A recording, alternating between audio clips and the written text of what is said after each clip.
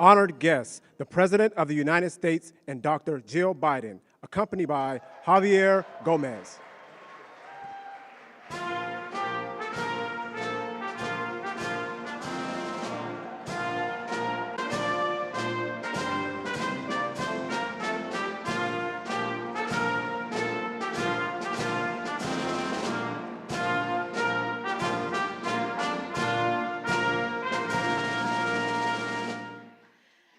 Thank you, everyone.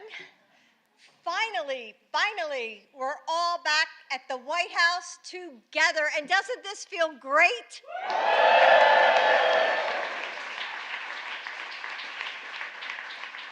Kamala, Doug, Joe, and I are honored to welcome you to this year's White House Pride celebration.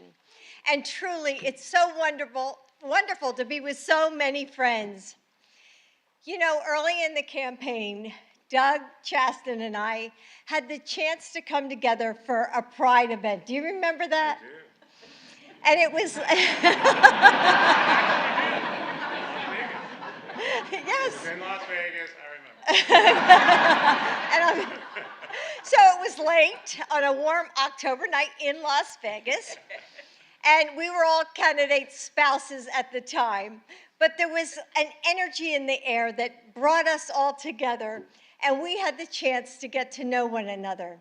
And we made a promise then that our next Pride celebration would be on the South Lawn of the White House.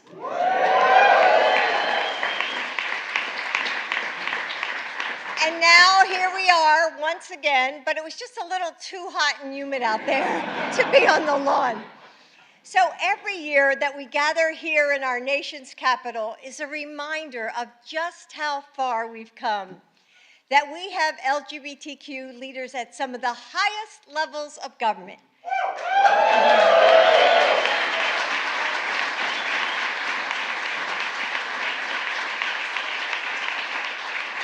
That we can gather to celebrate all of you. That your president and I are proud to stand with you and fight beside you. But we know that this progress hasn't reached everyone in the same way. We know that in places across the country, like Florida, Texas, or Alabama, rights are under attack. And we know that in small towns and big cities, prejudice and discrimination still lurk. It shouldn't take courage to be yourself.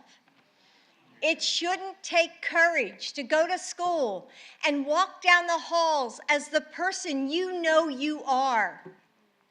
It shouldn't take courage to hold the hand of the person you love on a bus, to kiss them goodbye on the sidewalk, to share one of the most fundamental and beautiful connections that any one of us can have in this life. It shouldn't, but too often and in too many places, it still does. And in some way, all of you here today have called on that courage.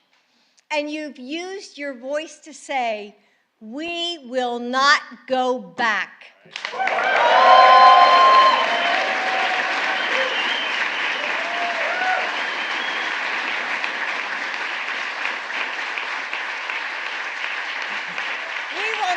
Let the progress that we fought for slip away. Pride is a celebration of the courage it takes to stand up for what's right, to become the leaders we need to live an authentic life.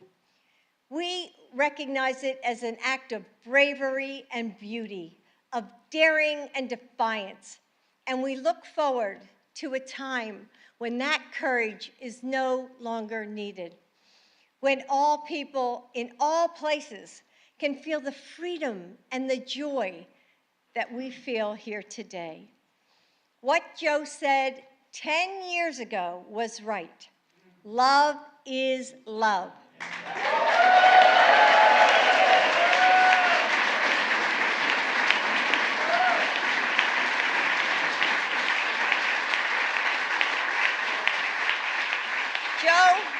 Joe and I are grateful for all of you, and we will never stop working for that future. So now I'm so proud to introduce our next speaker. I'm always impressed when young people are brave enough to come to the White House and speak in front of so many leaders. But after organizing a walkout at his high school to protest the Don't Say Gay bill, leading a rally of his peers,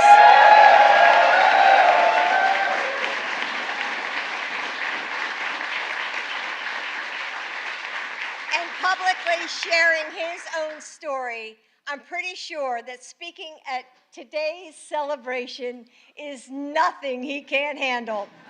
Please welcome Javier Gomez.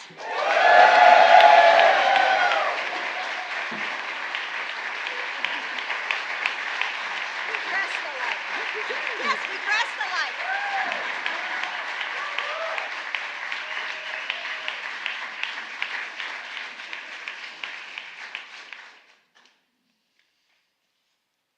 Thank you, Dr. Biden. I'm honored to be with you today, an educator who champions students, as well as with the President, Vice President, and Second Gentleman. My name is Javier Gomez. I use he, him pronouns, and I'm honored to be here with you all today. I'm an 18-year-old, proud, gay, Venezuelan American from Miami, Florida.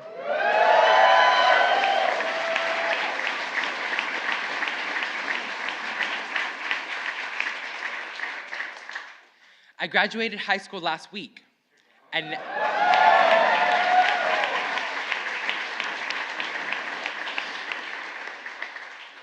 next fall, I will attend the Fashion Institute of Technology in New York City.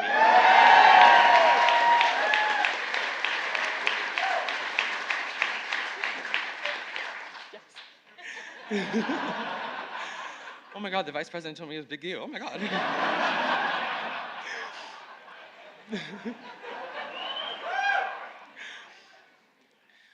When I was 5 years old, I knew I was different.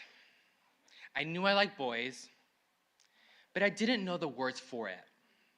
I was mocked and bullied for being too gay, too feminine, or too outgoing. Those words silenced me. But I had an escape from this. My openly gay 5th grade teacher. He created a classroom that made me feel welcomed. I even remember noticing his rainbow socks.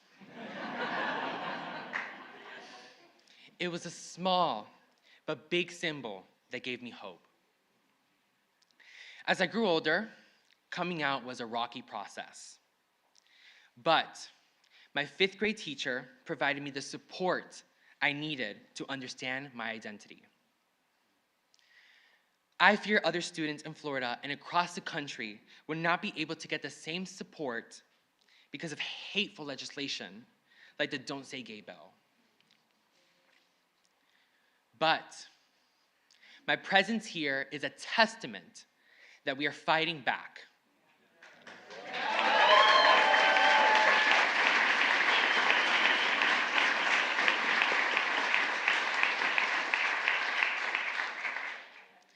Because our lives are glorious, beautiful, and worthy. We deserve respect and love. And until we have that, we will fight, we will continue to fight for liberation. For months, I've been proud to work side by side with fellow students and allies in the community to fight back against this legislation that seeks to make schools in my state a more dangerous and hostile place to be LGBTQ+. We have traveled endless hours to Tallahassee to advocate and testify against the Don't Say Gay bill. We organized school-wide walkouts and rallies.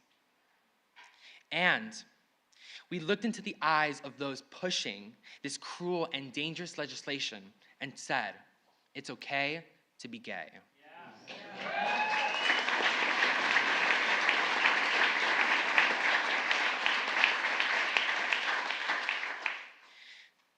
I'm fighting for the next little Javier, so he doesn't have to cry himself to sleep every night, aching that he wakes up normal. To all the supportive parents, youth activists, teachers, and allies, I am proud to stand here today with you and with a true leader.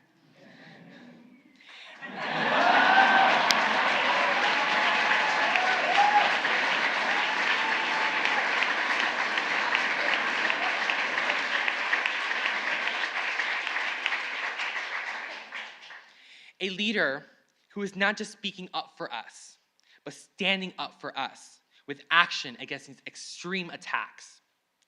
While the governor of my state has turned his back on young LGBTQ+ people and our families, I'm proud to stand here today with a leader who does have our back.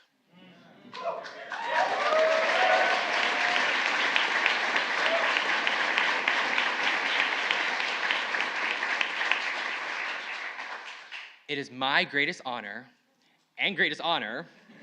to introduce the 46th President of the United States of America, President Joe Biden.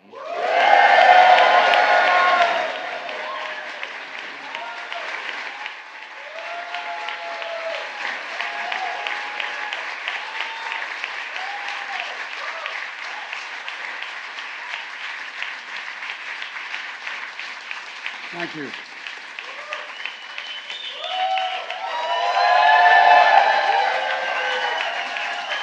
Thank you.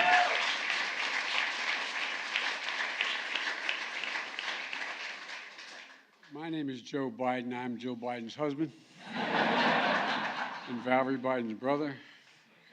And let me start off by saying, Javier, when you're president and they say, Joe Biden's out in the waiting room, promise me you won't say Joe who. Okay.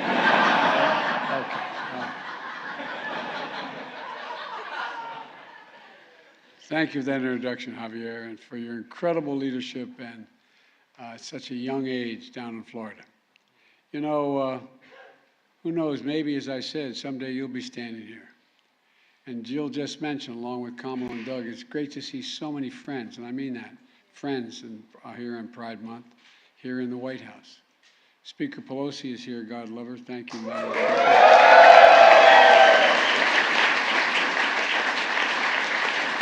Majority Leader Chuck Schumer from New York.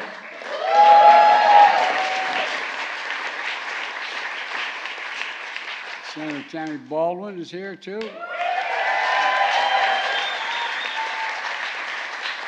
Congressman Dave Cicilline is here.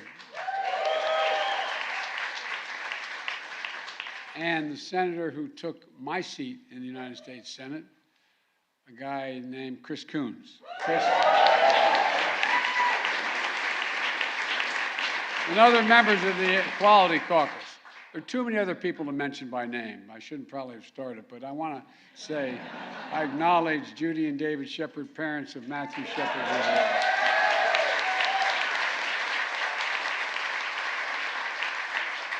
We spent some time together at a very difficult time, and at the time. And what you've done and what Matthew did and what all of it, I mean, look what's happened. In no small part because of you. I mean that sincerely. And it's good to see you both again. It really is. And by the way, it's almost exactly 7 years since the Supreme Court affirmed marriage equality in America. And Jim, you called me on the steps of the Supreme Court after that. Where's Jim? There you go. You called me. I got this phone call when the court decision came down, and Jim was standing on I think you were on the steps of the Supreme Court when you called me. And you said, well, we did it. We did it. We did it. The victory is not just for you and John, but for the whole country. The whole country. And Jim, it's good to see you, pal. It really is. You know, and as a point of personal privilege, I want to acknowledge Sarah McBride. Sarah, where are you?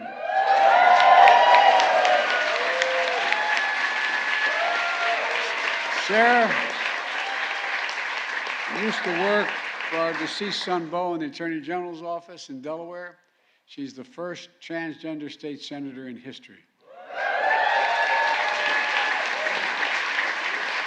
And when I served as vice president, Sarah was an intern in the White House as well. That's why I kept my office going. And as I said, she also worked for our beloved son, Bo, as the Attorney General, and they passed, anyway, they did a lot. They did a lot together. Sarah, you're wonderful to see you, kiddo. Look, last year we hosted this event, and the message is simple. Pride is back at the White House.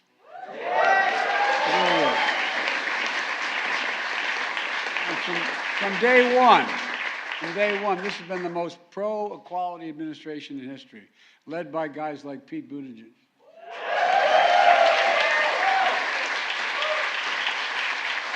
And so many others. I think we have more LGBTQ plus people than any administration or every administration combined. No, I really mean it. I totally mean it. Because I promised when I got elected, I wanted my administration to look like America across the board. And we've done that. A record number of out and proud appointees at every single level of our government. And as I said, you know, Secretary Buttigieg, who needs no introduction, is doing an outstanding job of rebuilding America.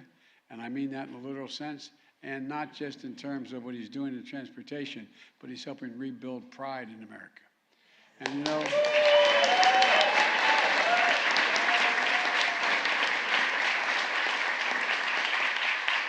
and my public spokesman, Karine Jean-Pierre, is making history at the time.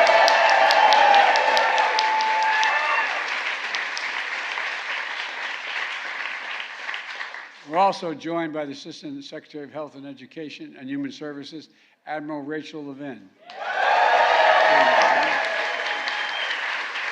And Undersecretary of Defense, Sean Steele. Where's the Undersecretary of Defense? There you go. Thank you very much for being here. The first and second transgender Americans to be Senate confirmed in American history. Let me say, as Commander-in-Chief, I'm proud to have ended the un-American ban on transgender Americans serving in our military.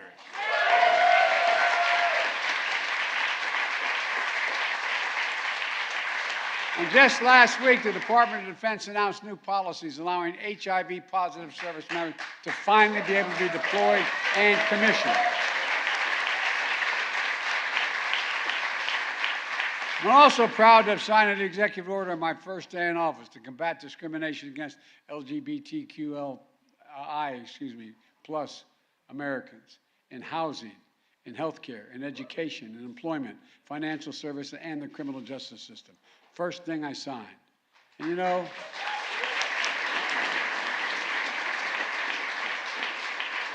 no one knows better than the people in this room we have a lot more work to do. A lot more work to do. I don't have to tell you about the ultra-MAGA agenda attacking families and our freedoms. 300 discriminatory bills introduced in states across this country. In Texas, knocking on front doors to harass and investigate parents who are raising transgender children. In Florida, going after Mickey Mouse, for God's sake. That strike close to home. No, but think about this. All of you in this room know better than anyone that these attacks are real and consequential for real families.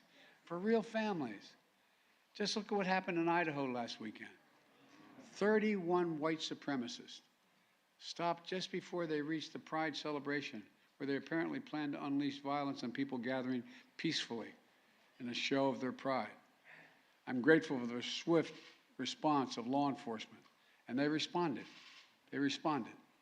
Violent attacks on the community, including ongoing attacks on transgender women of color, make our nation less safe because the attacks are more than ever last year, and they're on pace again this year. They're disgusting, and they have to stop.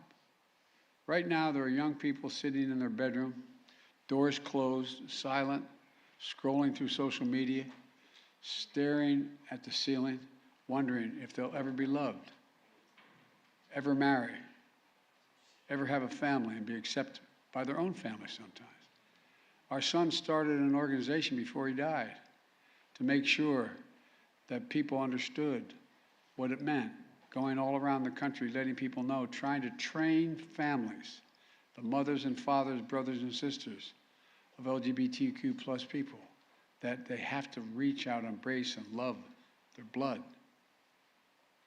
Allow them to be themselves, or whether they should even be here on earth, as a lot of folks wonder. I found my friends, some of my gay friends, I've asked them, what was it like as a kid? I can't imagine what it's like. Locking yourself in that room and wondering, just staring at the ceiling, just wondering.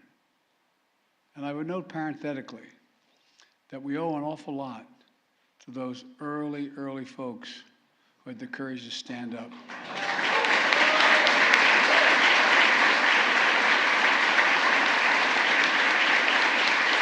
No, I really mean it.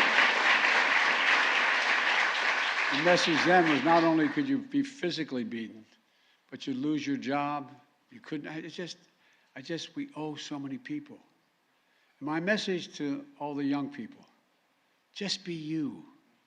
You are loved. You are heard. You are understood. You do belong. And I want you to know that as your president, all of us on this stage have your back. We have your back.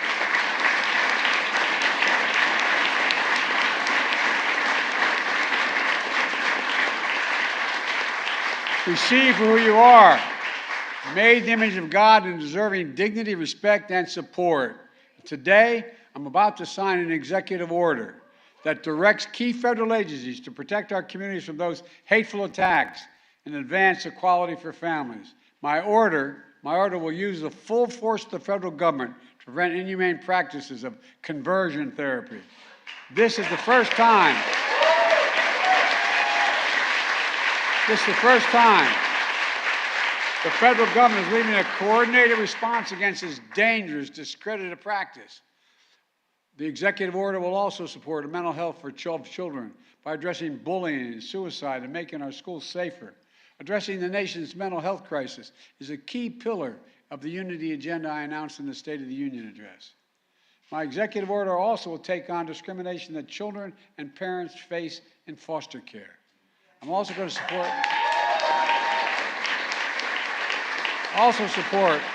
older adults so they can age with dignity. And also, there's a lot there that aren't. And we'll also do so much to protect and support our fellow Americans. But Congress has to pass an act as well, and that's the Equality Act.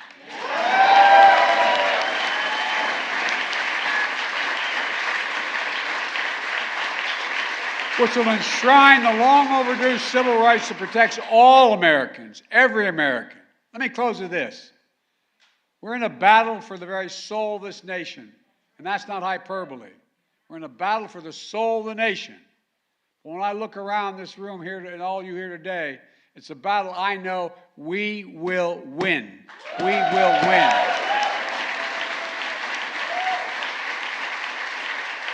And we'll do so on the shoulders of so many people who are no longer with us, but who paved the way for us. People like Gloria Allen, known as Mama Gloria, who transitioned in 1950s and who passed away just 2 days ago. People like the legendary advocate, Mr. Vad. You know, I mean, you go back and think of the people who passed away last month from cancer and who once said, the gay rights movement is the integral part of the American promise of freedom. To all here today, thank you for working to deliver the American promise of freedom. May God bless you all, and may God protect our troops. Now I'm going to sign an executive order. Joining me will be a group of young people who are standing up for equity and a promise of freedom, as well as a few other folks. So, folks, thank you. I know you've been standing a long time. Just sort of lean against one another. You're so crowded. We'll all work out, okay? Thank you. Thank you.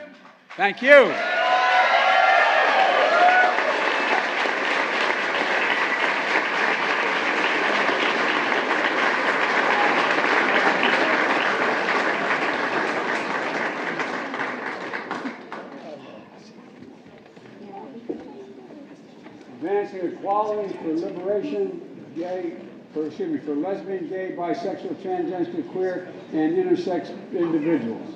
That's what I'm about to sign.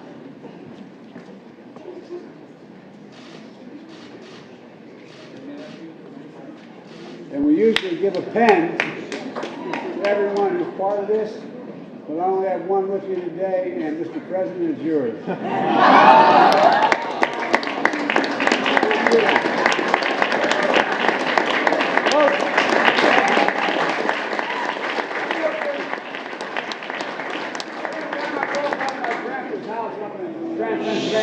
He yelled, "Joey, keep the faith." Our grandmother yelled, "No, spread the faith. Go spread it. Let's go."